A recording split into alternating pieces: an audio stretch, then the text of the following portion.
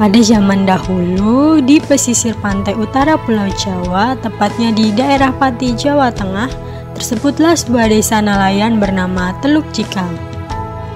Desa itu termasuk ke dalam wilayah Kadipaten Pati yang diperintah oleh Adipati Pranggala II. Kadipaten Pati sendiri merupakan salah satu wilayah taklukan dari Kesultanan Mataram yang dipimpin oleh Sultan Agung. Di Teluk Cikal hiduplah seorang gadis anak nelayan bernama Roro Mendut. Ia seorang gadis yang cantik dan rupawan. Roro Mendut juga dikenal sebagai seorang gadis yang berpendirian teguh.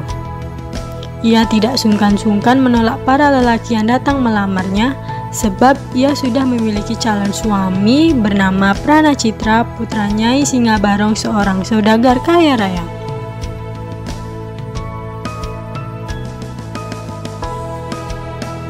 Pada suatu hari, berita tentang kecantikan dan kemuliaan Roro Mendut terdengar oleh Adipati Pranggala II.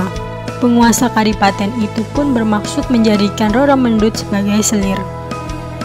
Sudah berkali-kali ia membujuknya, namun Roro Mendut tetap menolak. Merasa dikecewakan, Adipati Pranggala II mengutus beberapa pengawalnya untuk menculik Roro Mendut. Hari itu, ketika Roro Mendut sedang asyik menjemur ikan di pantai seorang diri, datanglah utusan dari Adipati Pranggala.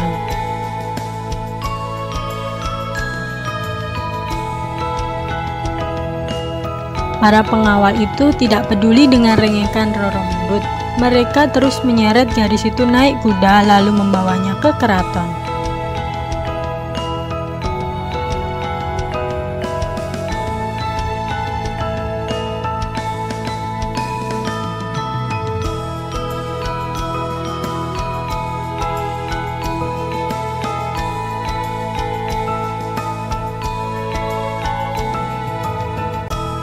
Sebagai calon selir, Roro Mendut dipingit di dalam puri Kadipaten Pati di bawah asuhan seorang dayang bernama Ni Semangka dan Genduk Juku.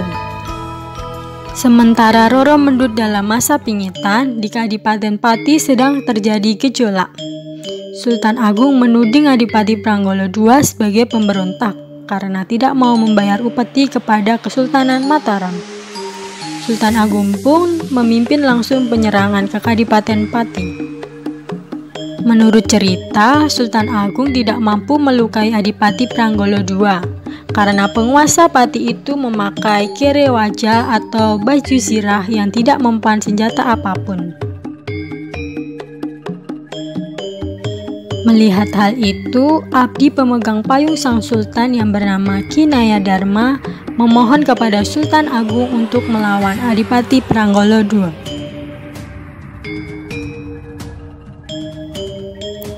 Berbekal tombak pusaka baru kelinting, Ni Nayadharma langsung menyerang Adipati Pranggala II.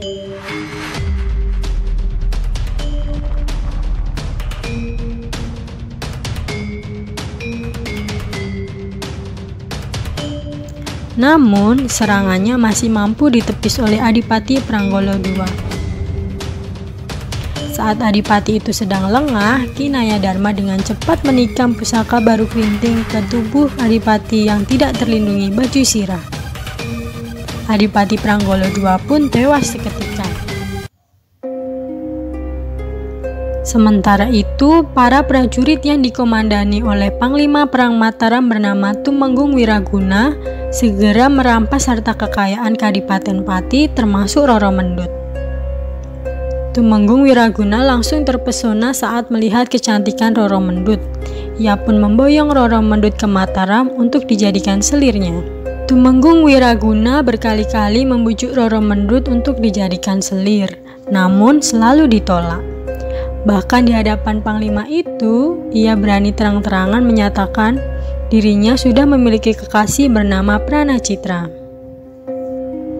Tumenggung Wiraguna mengancam Roro Mendut harus membayar pajak kalau tidak mau menjadi selirnya. Roro Mendut tidak gentar dengan ancaman itu. Ia lebih memilih membayar pajak daripada harus menjadi selir Tumenggung Wiraguna. Oleh karena masih dalam pengawasan prajurit Mataram, Roro Mendut meminta izin untuk berdagang rokok di pasar. Ternyata dagangan rokoknya pun laku keras. Bahkan orang-orang juga beramai membeli putung rokok bekas sisapan Roro Mendut. Suatu hari ketika sedang berjualan, Roro Mendut bertemu dengan Pranacitra yang sengaja datang untuk mencari kekasihnya. Namun sungguh disayangkan, pelarian Roro Mendut dan Pranacitra diketahui oleh Wiraguna. Pasangan ini pun berhasil ditemukan oleh prajurit Wiraguna.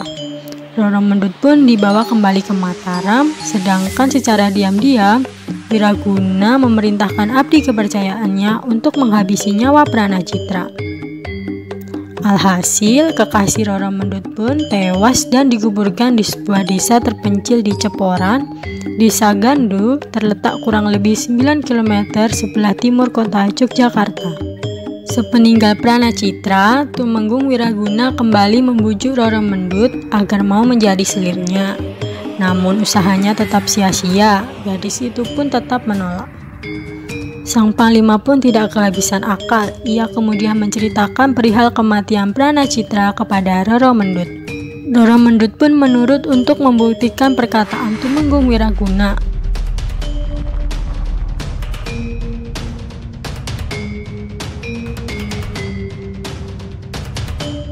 Betapa terkejutnya Roro Mendut begitu sampai di tempat Pranacitra dikuburkan. Ia berteriak histeris di hadapan makam kekasihnya. Tumenggung Wiraguna berusaha membawa Roro Mendut kembali ke keraton. Namun gadis itu meronta-ronta dan menolak untuk kembali ke keraton. Roro Mendut pun malah menikam perutnya dengan keris yang direbutnya dari Tumenggung Wiraguna. Tubuhnya pun langsung roboh dan tewas di samping makam kekasihnya. Melihat peristiwa itu, Tumenggung Wiraguna pun merasa amat menyesal atas perbuatannya. Untuk menebus kesalahannya, Tumenggung Wiraguna menguburkan Roro Mendut satu liang dengan Pranacitra.